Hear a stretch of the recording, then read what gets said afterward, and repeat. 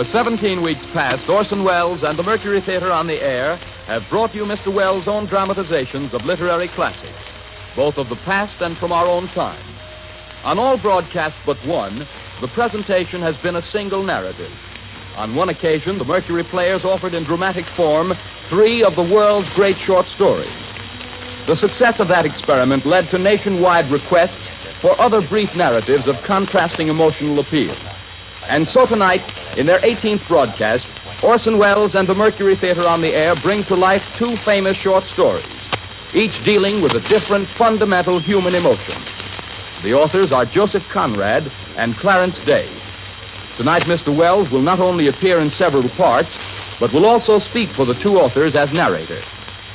And here, ladies and gentlemen, is the star and director of the Mercury Theatre to tell you about the first presentation, Mr. Orson Welles. Good evening. There was a man called Krashenovsky, an agitator for Polish freedom in the 50s, who was exiled by the Tsar. On the journey, his child was taken ill, and when he begged an official to let him stop on his way to nurse it, the official said, "Not to bother. What's one baby's life among all these thousands?" said the official. "If it's dying, leave it behind."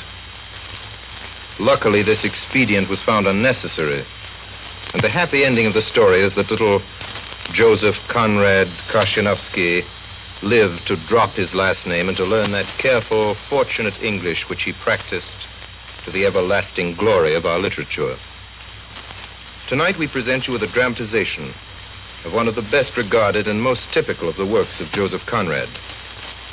The Heart of Darkness could be described as a deliberate masterpiece, or a downright incantation. A fine piece of prose work at the least. Its best aspects are an artful compound of sympathy for humankind and a high tragical disgust. Its successful contrivance of mood hides its craft as an octopus hides in its own ink. And almost we are persuaded that there is something, after all, something essential, waiting for all of us in the dark alleys of the world, aboriginally loathsome, immeasurable, and certainly nameless.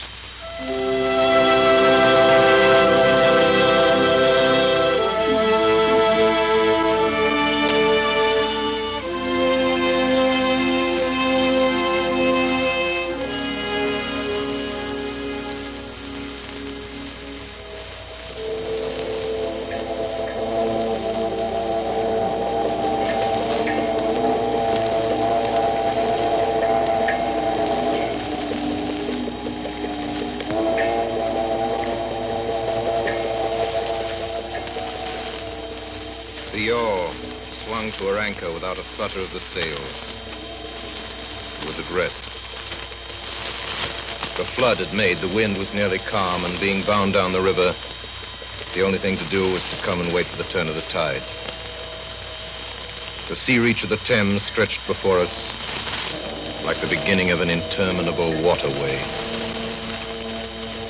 In the offing, sea and sky were welded together without a joint. The air was dark above Gravesend, and farther back still it seemed condensed into a mournful doom, brooding motionless over the biggest and greatest town on earth. Then in the darkness, my friend Marlowe spoke.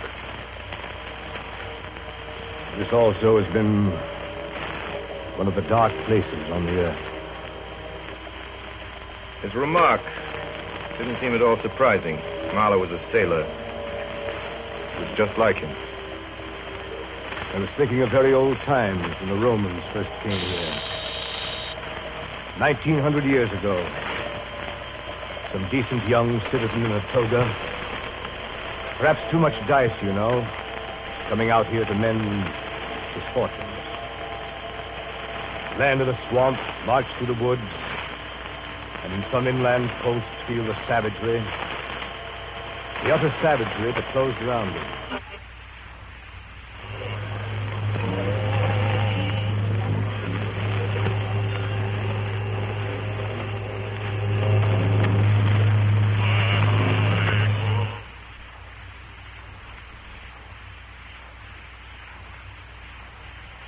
growing regret, the longing to escape, the powerless disgust, the surrender, the hate. I don't know if I ever told you, I was in such a place once. There I met a man just like that. It was a long time ago. I had a job with a concern at the time, a trading society in Western Africa. One of their captains had been killed in a scuffle with the natives. They needed a man to replace him on one of the river boats, and they weren't particular whom they took. I left in a German steamer, and she called at every port on the way. It was 30 days before I saw the mouth of the big river. The coast was the edge of a colossal jungle, so dark green as to be almost black. The sun was fierce. The land seemed to glisten and drip with steam. Here and there, grayish-white specks showed up, clustered inside the white surf with a tin shed and a flagpole. And all around, the jungle.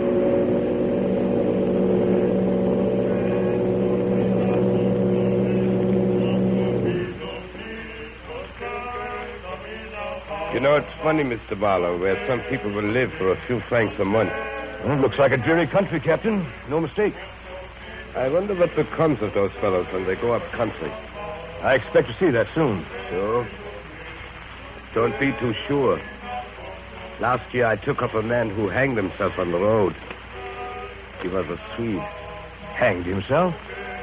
Why? Who knows? Sun was too much for him, or the country, perhaps. There's your company station. I'll send your things up. 4 boxes, you said so. Very well. Good luck to you. Goodbye, Captain.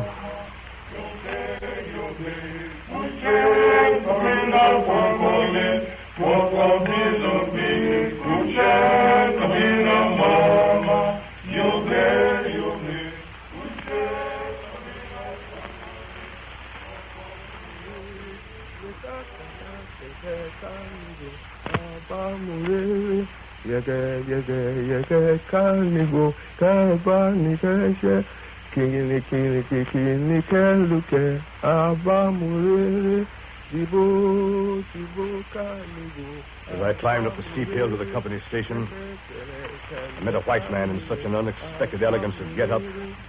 In the first moment, I took him for a sort of vision.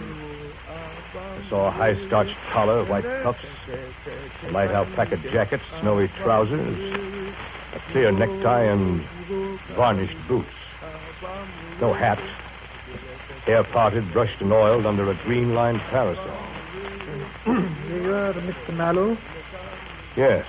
I am the company's accountant. Let us step into my office.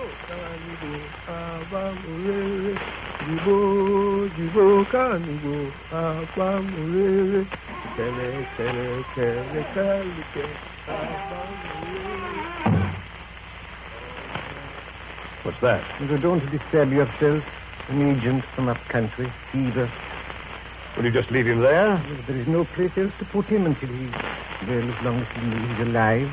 It's a nuisance all around. His groans distract my attention. And it's difficult enough to guard against clerical errors in this country. Yes, I suppose so. So you're going into the ivory country, Mr. Mallow? Interesting. I've gathered that impression already. For my part, I like books better. Entries and all that. And by the way, you'll meet Mr. Kurtz up there, you know. Who is Mr. Kurtz?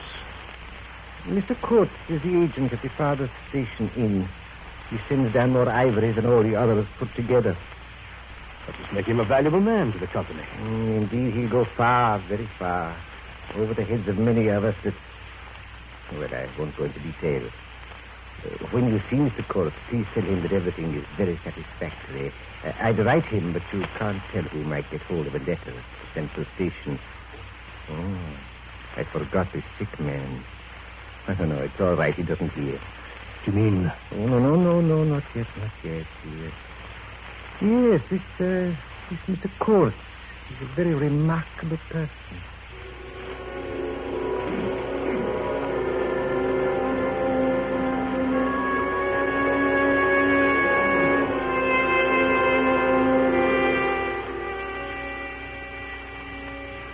Next day, I started for the central station, 200 miles inland.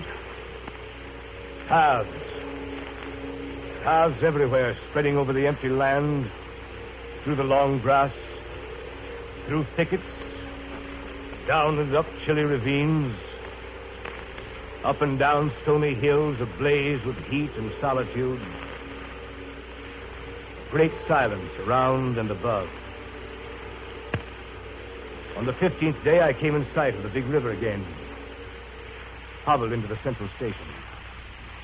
It was on a black water surrounded by scrub and forest, with a pretty border of smelly mud on one side, and the three others enclosed by a crazy fence of rushes. White men with long sticks in their hands appeared languidly from amongst the buildings. They made no effort to welcome me. In fact, paid no particular attention to my arrival, except for a casual glance. I walked up to the largest hut in the enclosure. How do you do? My name is Marlowe. Captain Marlowe of the riverboat. Oh, yes. You've been a long time coming, Marlowe. Your boat is wrecked, Captain. What did you say, sir? Wrecked. Her bottom was torn out on stones, and she sank near the south bank. But everyone behaved splendidly. You will have to fish her out. It will be some time before you will be able to make the trip up the river. For some months, in fact. Why, that's unbelievable. You'll believe it when you see her. I want you to have a look at her and let me know how soon she'll be ready. Who are you, sir? I'm the manager here, the company's manager. The situation here is grave, very grave. I don't yet know who is dead and who is alive. And with the boat laid up, we don't know how things stand. But there are rumors, grave rumors, that a very important station is in jeopardy. And Mr. Kurtz, our manager, is ill. Kurtz? I think I heard his name down on the coast. Ah, so they talk of Mr. Kurtz down there, do they? They do? He must be a very unusual man. Quite so. A very unusual man. Very successful, too. You can understand my anxiety. You should be ready to start in 3 months. Yes, 3 months. That ought to do the affair. Went down and looked at my battered, twisted tin pot steamboat. She rang under my feet like an empty biscuit tin kicked along the gutter. I didn't realize at the moment how accurately the manager had estimated the time required for the affair, as he called it. Weeks of waiting. Weeks of waiting for a box full of rivets to come up from the coast.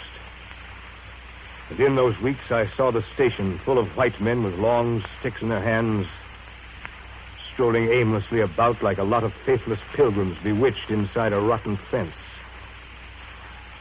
The word ivory rang in the air, with whispers and with sighs. You'd think they were praying to the great god Ivory. I've never seen anything so unreal in my life. One evening, I happened to be in the hut of the assistant manager. I noticed on his table a small sketch in oils representing a woman draped and blindfolded carrying a lighted torch. Tell me, did you paint this? Oh, no, that was painted by Mr. Kurtz in his station more than a year ago. Mr. Kurtz painted it while waiting for means to go to his trading post. Oh, Mr. Kurtz, eh? Mr. Kurtz is the chief of the inner station. Oh, he's a prodigy. He sends down more ivory than any of our other agents. Besides that, he's an emissary of pity and science and progress.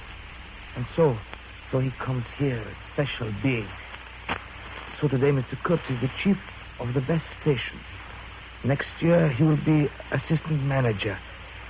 2 years more and... but I dare say you know what he will be in 2 years' time.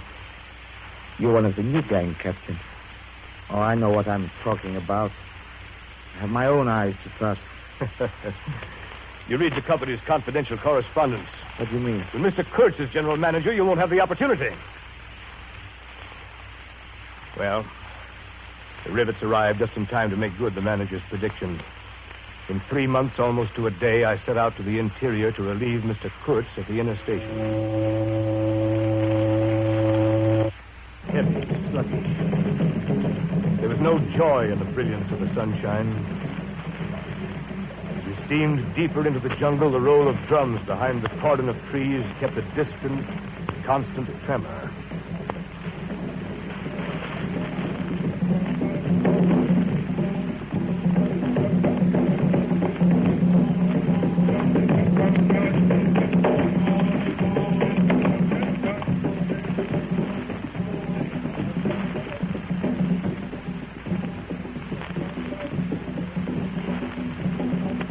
Guessing at the channel, watching for something stone that would have ripped the life out of the tin pot steamboat and drowned us all.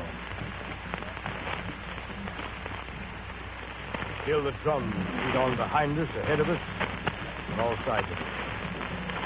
The steamer toiled along slowly on the edge of a black and incomprehensible frenzy.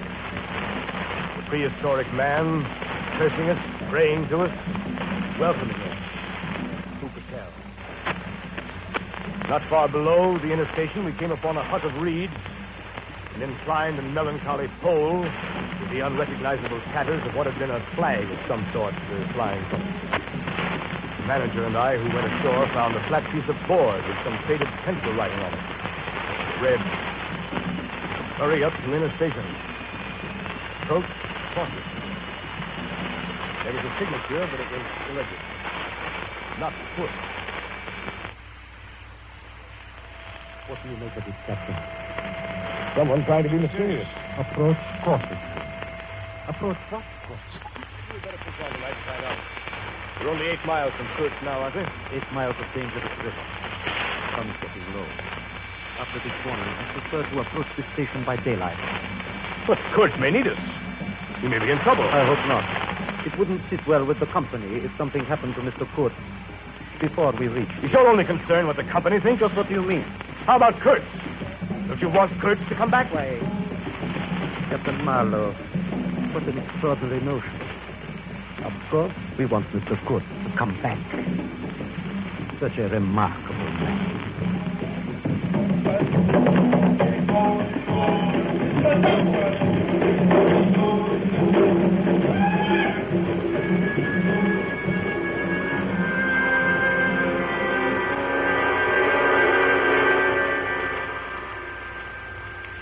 When the sun rose next morning, there was a white fog, very warm and clammy and more blinding than the night. It stood all around us like something solid. At 8 or 9, perhaps, it began to lift as a shutter lifts. We had a glimpse of the growing multitude of trees, of the immense matted jungle with the blazing little ball of the sun hanging over it. At last, the opaque water, still and treacherous, was dimly visible from the wheelhouse where I stood beside my pilot. The company men, their alpaca suits whiter than the fog, stood on the deck below me. Hugo! Hugo! Hey! Ya Rabbana! Ya Allah! Allah ilaha illallah! Undercover, everybody! Spanker they all. All around us. Oh, Captain! Yes? Can't you get us on the way? It's the natives of the rocks. Take your choice. Try the river, Captain. They'll force us if we stay on shore. Lie below. Even the chain. Steam ahead. Watch those eddies, pilot. Watch, Captain. Half steam below.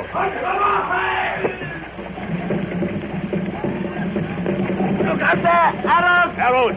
Close the shutters on your side, pilot.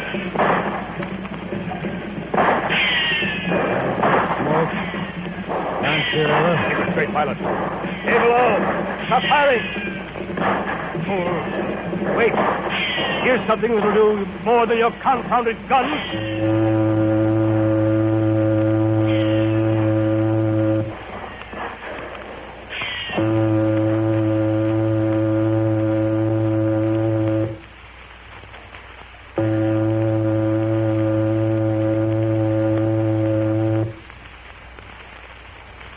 Are you up there, Captain? All right. Well, thanks to your target practice. Well, we beat them off. You beat them off. The steam whistle beat them off. The gun smoke nearly wrecked us. Captain Marlowe, you behaved admirably. Everyone behaved admirably. A credit to the company. Well, I'm afraid they got one of the crew. Yes, it is on the deck. Poor devil. He's got an arrow sticking through his chest. Give me a hand with this arrow. Steady there. It's got a steel tip. Strange. There's no steel in the Belgian Congo. I wonder if by any chance Mr. Kurtz.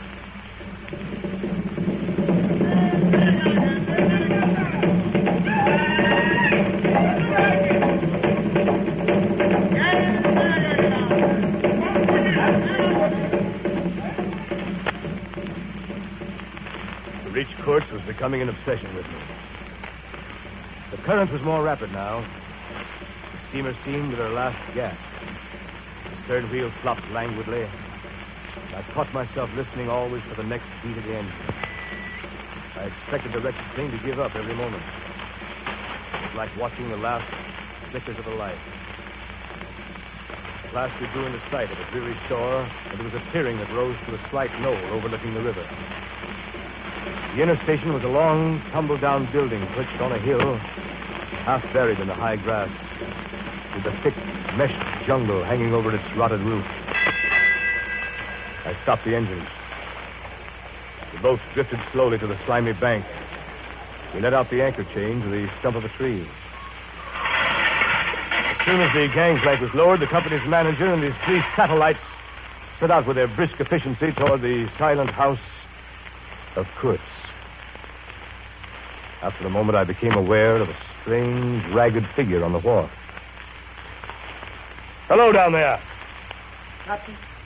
Come up here to the pilot house. Captain, I'm glad you've come. Did we come in time? How is Mr. Kurtz? Mr. Kurtz safe. Still Mr. Kurtz. We were just attacked by natives on the river. Oh, yes. They are simple people. They meant no harm. It was one of Mr. Kurtz's little jokes. Now, allow me to introduce myself. Sekosov, Russian. Son of an archpriest, governor of Temple. A great pleasure to talk with a white man, Captain. Don't you talk with Mr. Kurtz? Well, you don't talk with that man. You listen to him. Mr. Kurtz, Captain, has enlarged my mind. We've talked of everything. Everything. He made me see things. And ever since, you've been with him, of course. On the contrary. Very often I had to wait for days before he would turn up. It was worth waiting for, though. Sometimes. What was he doing? Exploring, or what? Oh, yes, of course. He's discovered many villages, or late, too. And not sure exactly in what direction. Dangerous to inquire too much. Most of these expeditions were for ivory. He had no goods to trade with by that time, did he? There's a lot of good cartridges left, even yet. You mean he raided the country? Not alone. Kurtz got the tribes to follow him, did he? Oh, they adore him. They think him a god. They worship him with ivory. What can you expect? He came to them with thunder and lightning, you know. They've never seen guns before. He could be very terrible. You can't judge Mr. Kurtz as you would ordinary man. Now, just to give you an idea, I don't mind telling you he wanted to shoot me, too, one day. But I don't judge him. Shoot you? What for? Well, I had a small lot of ivory, and he wanted it, and wouldn't hear reason. He said he'd shoot me unless I gave him the ivory and paid out. I gave him the ivory. Of course, I did.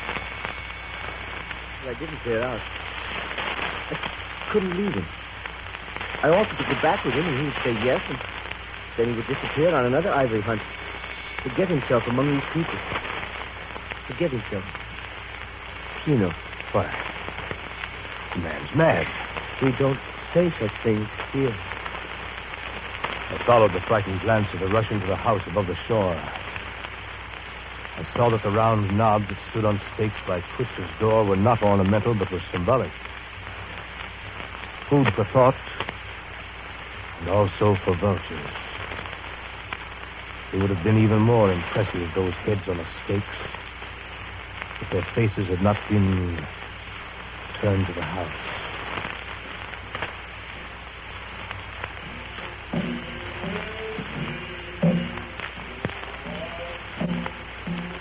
Suddenly, round the corner of the house, a group of natives appeared, as though they had come up from the ground. They waded waist-deep in the grass, in a compact body bearing an improvised stretcher in their midst. Now, at last, I was to see Kurtz. Behind the stretcher, 2 of the agents carried his arms. 2 shotguns, a heavy rifle, and a light revolver carbine. The thunderbolts of that pitiful Jupiter.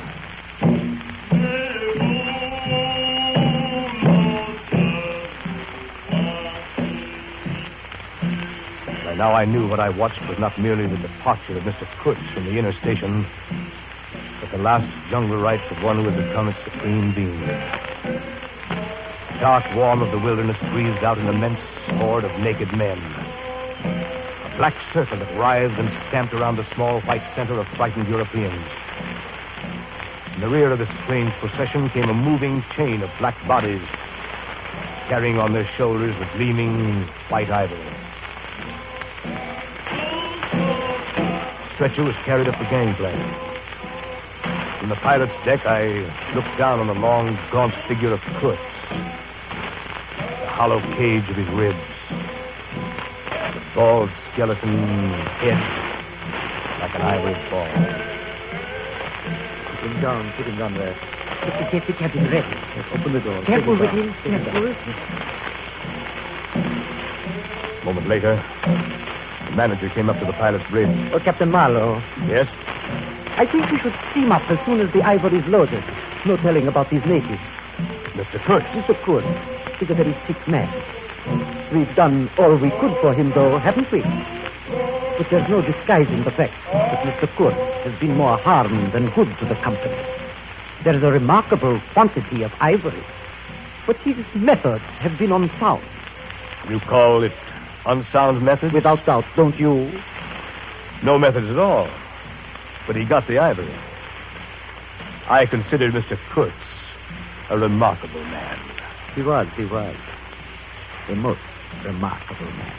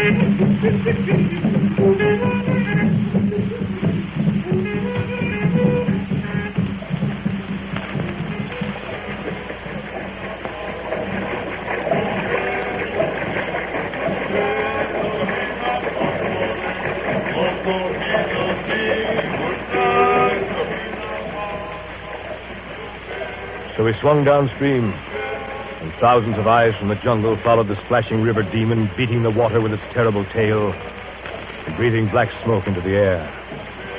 Through the dense forest, the brown current ran swiftly out of the heart of darkness, bearing us down towards the sea with twice the speed of our progress upstream.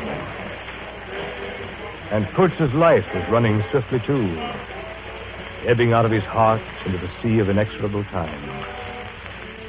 Evenings, when the boat was anchored and I was free from the wheel, I went down to Kurtz's cabin. On the third night, I found him weakening fast.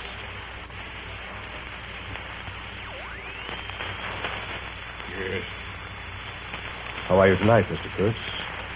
Well enough to be back at my station.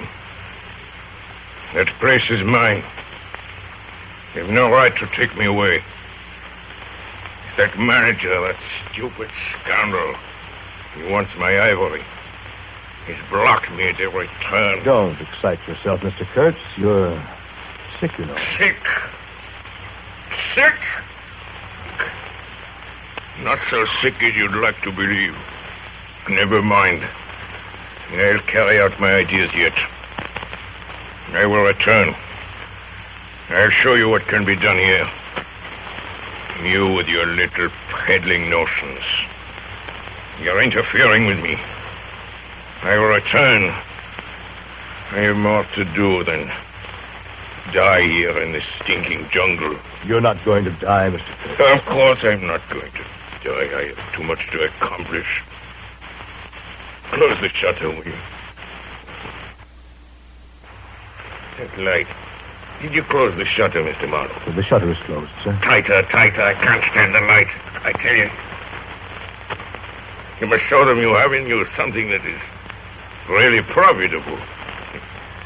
The methods you use aren't important. I was driven. No matter. You must take care of the motives, Mr. Morrow.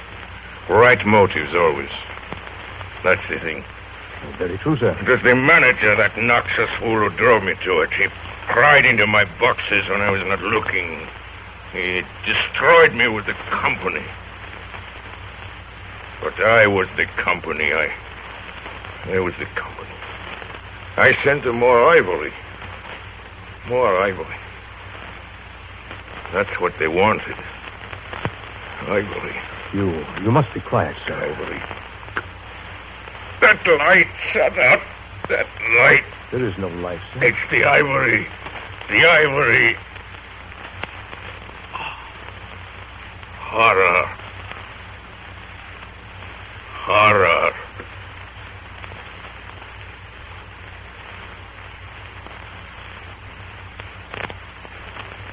The next day, soon after dawn, they lowered his body into a muddy hole in the bank of the Mercury River. He started downstream again.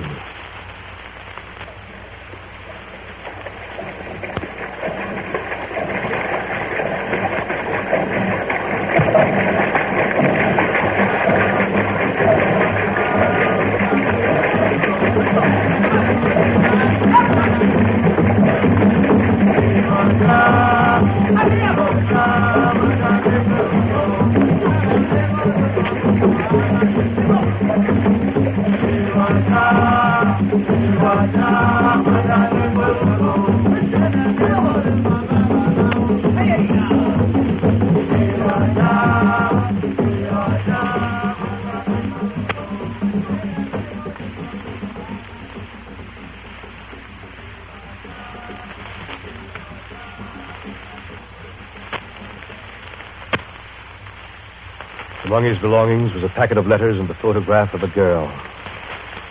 6 months later, those letters and the picture took me to a house in Antwerp. I stood before the mahogany door on the first floor. You're Mr. Marlowe. Please come in. I have certain letters for you. Yes. You were his friend. You must have been if he gave you these and sent you to me. Yes. I was his friend. Who was not his friend who had heard him speak once? Who drew men towards him by what was best in them? It was the gift of the great. But you have heard him. You know. Yes. I know.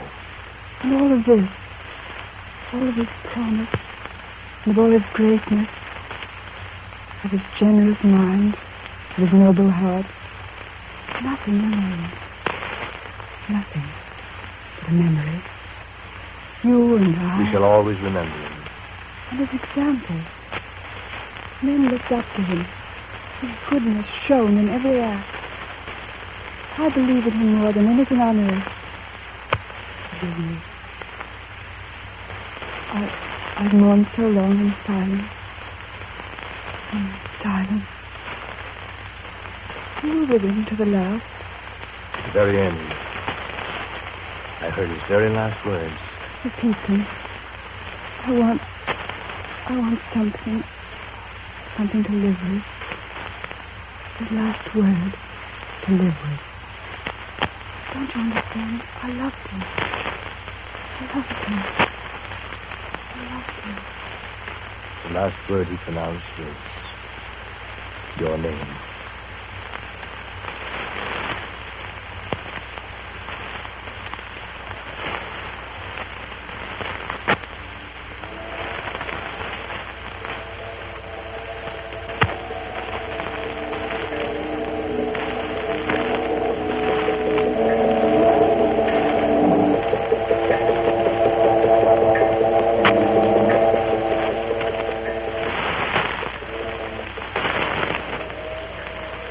friend Marlowe ceased. The story was over. Nobody moved for a time. Well, we've lost the first of the ebb. I raised my head. The offing was barred by a black bank of clouds, and the tranquil waterway leading to the uttermost ends of the earth flowed somber under an overcast sky and seemed to lead into the heart of an immense darkness.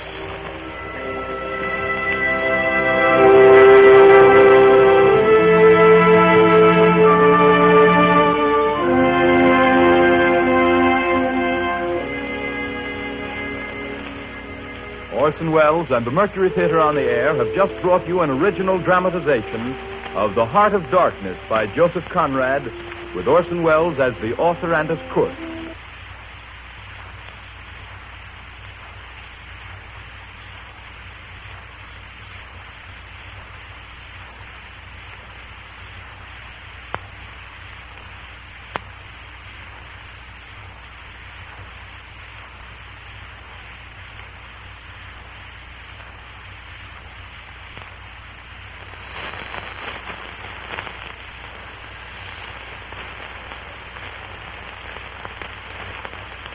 The Columbia Broadcasting System and its affiliated stations are presenting Orson Welles and the Mercury Theatre on the Air in two famous stories dramatized for radio. And here again is Orson Welles. Our radio adaptation of Life with Father is nothing more than a selection of our favorites from among those tales that Clarence Day swore were true about Clarence Day Sr. Life with Father is, of course, too good for us and too good to resist. As radio writers, we promise not to touch, but do just let us read it to you aloud. And finally, may I say that any similarity in the following broadcast to persons in real life is just as it should be.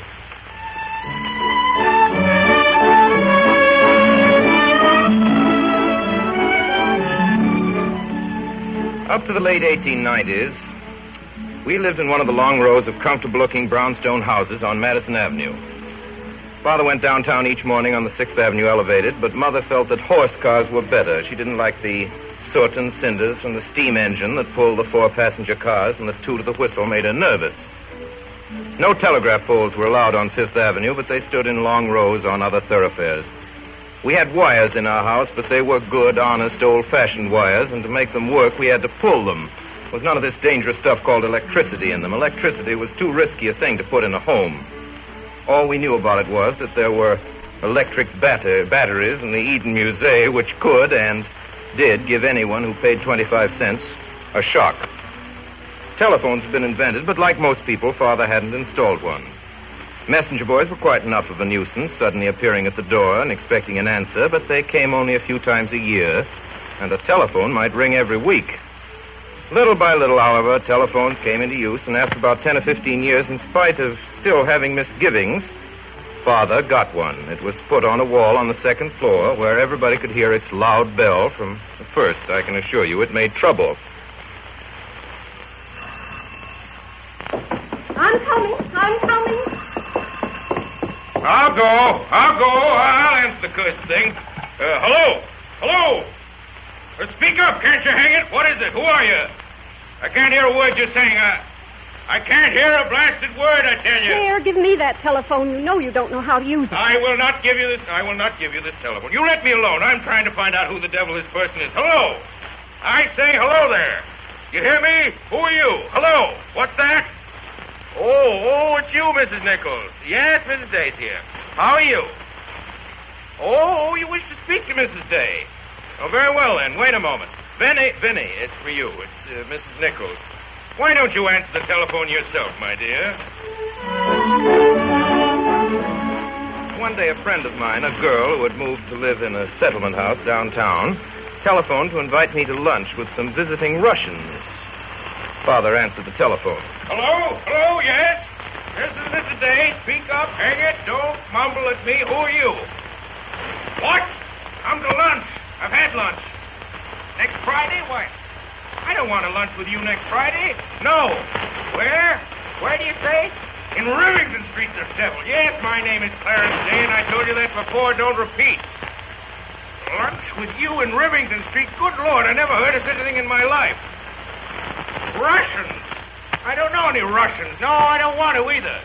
No, I haven't changed. I never change. What? Goodbye, madam.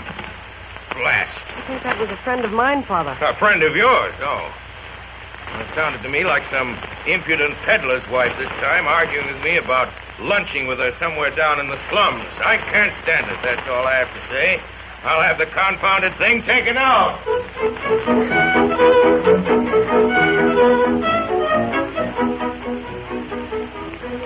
One day when I was about 10 years old, and my brother George 8, Father suddenly remembered an intention of his to have us taught music. Now, there were numerous things he felt every boy ought to learn, such as swimming, blacking his own shoes, and bookkeeping. He now recalled that music, too, should be included in our education. He held that all children should be taught to play on something and sing. Do, re, mi, fa, sol, la, si, do. But, Father, I can't sing. It's very simple, Clarence. Of course you can sing. It's the natural expression for a child. But, Father, I have no ear. You know when I tried to learn the piano... Nonsense. Now, here. This scale. Do, re, mi, fa, sol, la, si, do, re, mi, fa, sol, la, si, do. Now, you sing it. I'll come to you. But, Father, I can't sing. Nonsense, my boy. What do you know about what you can or can't do? Just do whatever I tell you and you'll be all right. Now, do, re. Once again. Do. No. Do. I'm sorry, Father. I don't understand exactly. Don't understand what? It's perfectly simple. You just sing now. Do, re. Follow me. Do, re, mi. But, Father, you see your voice matches the piano. I don't know how to make mine. All right, then. Try to learn one note at a time. If you can't sing the whole scale, just sing do. Do. Once again. Do. No. But, Father, it doesn't mean anything. Do. It's a note, don't you understand? A note in music. Try again now. Do.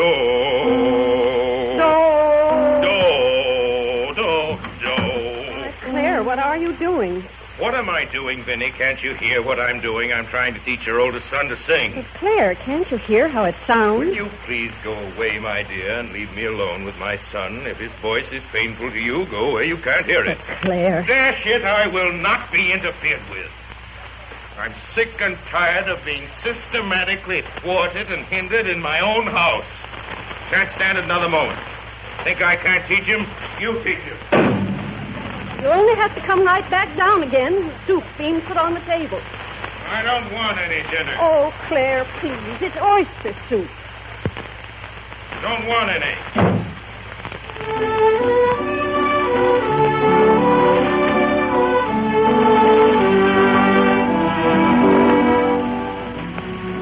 So we sat down, frightened at table. Mother, my brother George, and I. The soup was a lifesaver. It was more like a stew, really. Milk and oyster juice and big oysters. I put lots of small, hard crackers into mine and a slice of French toast. The hot toast soaked in soup was delicious, only there wasn't much of it. And as Father particularly liked it, we had to leave it for him. Father came down in the middle of it, still offended, but he ate his full share. Father was often offended when he tried to teach us boys things, but not as badly as when he tried to teach Mother. Father was always trying to teach Mother to keep track of the household expenses. But, Claire, I do try. Upon my soul, I almost believe you don't know what system is. You don't want to know either. Now, here, for instance. Here in my notebook, I see that I gave you $6 in cash on the 25th of last month to buy a new coffee pot. Yes, but you broke the old one. You threw it right on the floor. I'm not talking about that, Vinny. I'm simply endeavoring to find out from you if I can. But it's so silly to break a nice coffee pot, Claire, and that was the last of those French ones. I spent $4.50 for that new umbrella. I told you I wanted, and you said I didn't need a new one, but I did very much. And that must have been the week I paid Mrs. Tobin for an extra 2 days washing, so that makes $6.50. And that's another 6.50 you owe me. I don't owe you anything, Vinny. You have managed to turn a coffee pot for me into an umbrella for you. If this sort of thing keeps on, I might as well not keep account books at all. Father sighed and got out his pencil and wrote new umbrella for thee in his notebook. Sort of thing left him very discouraged.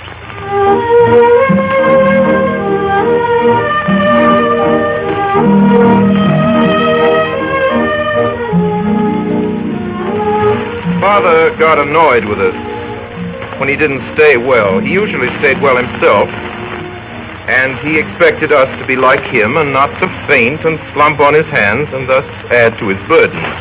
All this talk about germs, a lot of newfangled nonsense. When I was a boy, there were no germs that I knew of, and if they do exist, what of it? I'm as healthy as they are. If any blasted germs want to have a try at me, bring them on!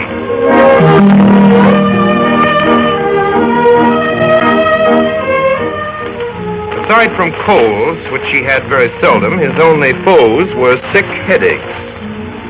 When one of these headaches started, Father lay down and shut his eyes tight and yelled. The severity of a headache could be judged by the volume of sound he put forth. His idea seemed to be to show the headache he was just as strong as it was and stronger. When he and a headache went to bed together, they were a noisy pair. From Father's point of view, Mother didn't know how to handle an ailment. Even when she had a cold, he became fretful. He pished and pooed to himself and muttered that it was silly. He usually came up from office about 5 or 6, and then he'd look around the house to find Mother. It made his home feel queer and empty to him when she wasn't there. He'd go up to her room. The smell of witch hazel was in the air, mixed with spirits of camphor. On the bed, huddled under an Afghan, Mother lay still in the dark.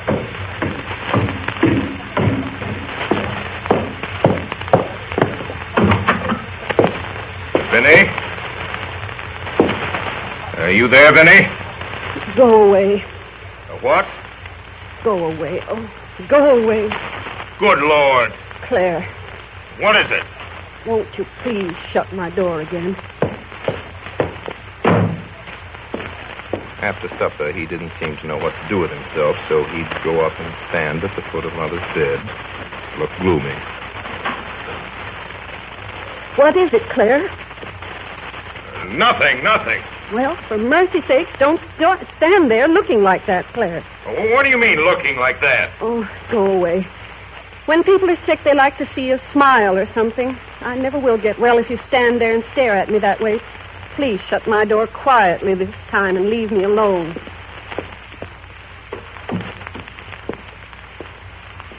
Father came downstairs. He looked more cheerful. Well, my boy. Mother's all right again. She isn't out of bed, but sounds much better this evening.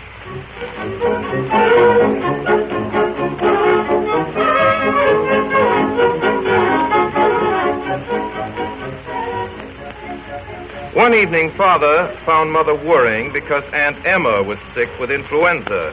Oh, pooh, there's nothing the matter with Emma. You can trust people to get any ailment whatever that's fashionable. They hear a lot of other people having it, and the first thing you know, they get scared and think they have it themselves. Then they go to bed and send for the doctor. The doctor, or poppycock. Well, but Claire, dear, if you were in charge of them, what would you do instead? Cheer 'em up. Cheer 'em up. That's the way to cure 'em. Well, how would you cheer them up, darling? I tell 'em, bah.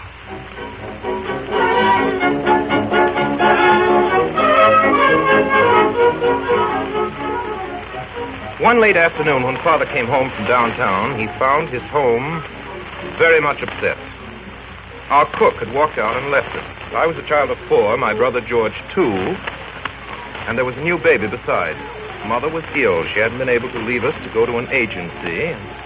She was no hand at cooking herself. The outlook for dinner was poor.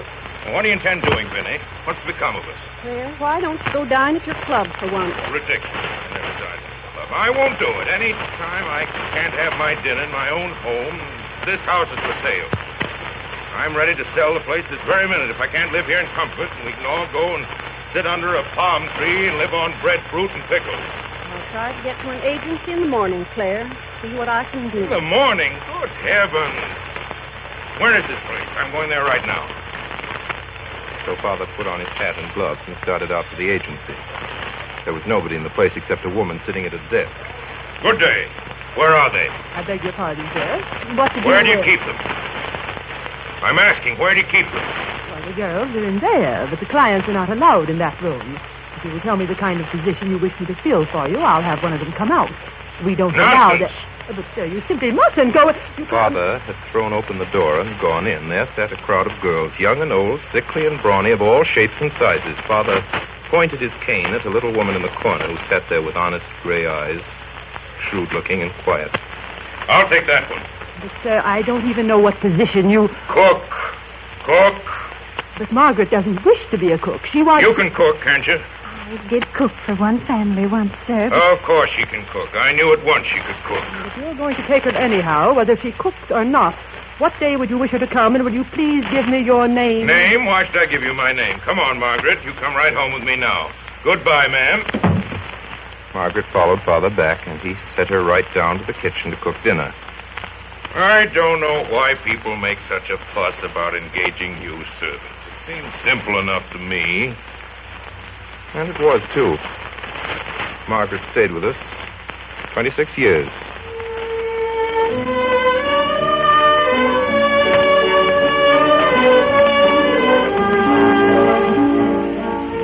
And Margaret was just the kind of cook Father wanted. Lots of cooks can do rich dishes well. Margaret couldn't, but she cooked simple, everyday dishes in a way that made our mouths water. Father said her apple pies were the most satisfying he ever tasted. Her warmed-up potatoes were so delicious, he used sometimes to make a whole dinner of them. Yet even Margaret sometimes miscalculated. A large, royal-looking steak would be set before Father, which upon being cut into would turn out to be underdone. Father's face would darken with disappointment. He would raise his foot under the table and stamp slowly and heavily 3 times on the rug. At this solemn signal, we could hear Margaret leaving the kitchen far below.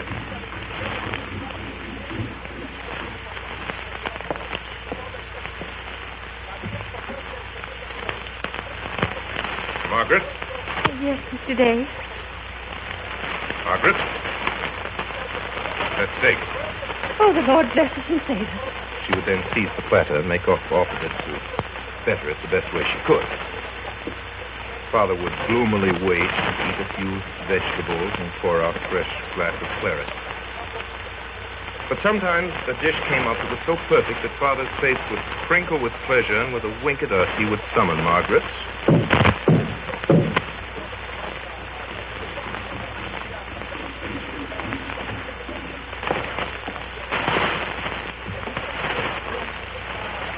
Margaret?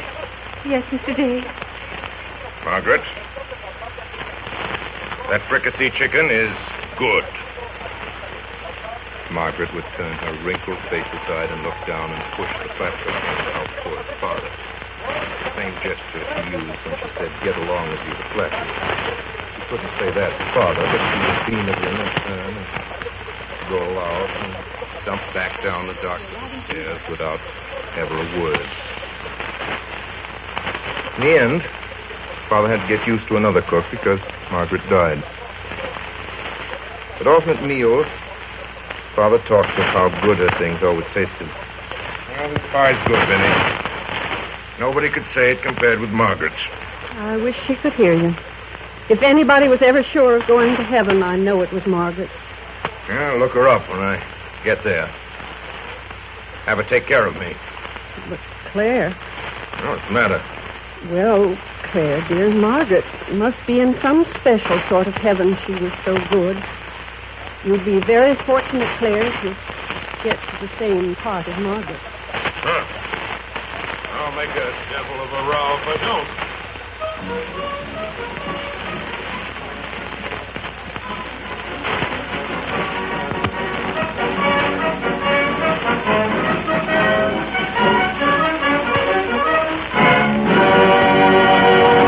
Tonight, the Columbia Broadcasting System has presented the 18th Weekly Hour featuring Orson Welles and the Mercury Theatre on the air. In just a moment, Orson Welles will return to the microphone with an announcement regarding his future plans. Meanwhile, a word about tonight's production of two famous stories. Mr. Welles spoke for each of the authors as narrator. In The Heart of Darkness by Joseph Conrad, Ray Collins was featured as the narrator Captain Marlowe. The accountant was played by Alfred Shirley, the assistant manager George Coulouris, the second manager Edgar Barrier, the agent William Alland, Kurtz's intended bride Anna Stafford, Cherkosov, Frank Rettig, Kurtz by Orson Welles. And the African music was directed by Asadata Dafora Horton, whose drummers have been heard in the African dance drama Kai Kunkor and Mr. Welles's production of Macbeth. The excerpts from Life with Father by Clarence Day, which concluded the program, featured the mother, Mildred Natwick, the employment office manager Mary Wicks, Margaret Alice Frost, the boy Clarence Arthur Anderson, father Orson Welles. The orchestra was conducted by Bernard Herrmann, and Davidson Taylor supervised the production for CBS. This is Dan Seymour speaking. Next Sunday night at 8 o'clock Eastern Standard Time, Orson Welles and the Mercury Theatre on the air will bring to life a modern story of romance and adventure.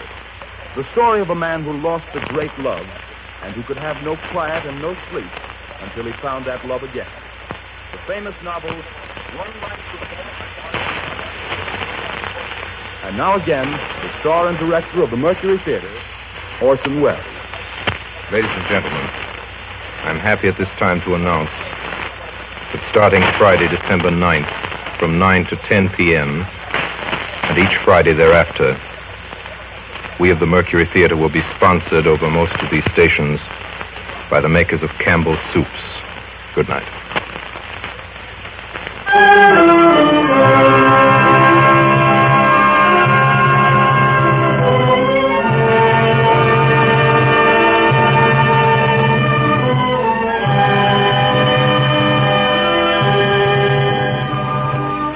This is the Columbia Broadcasting System.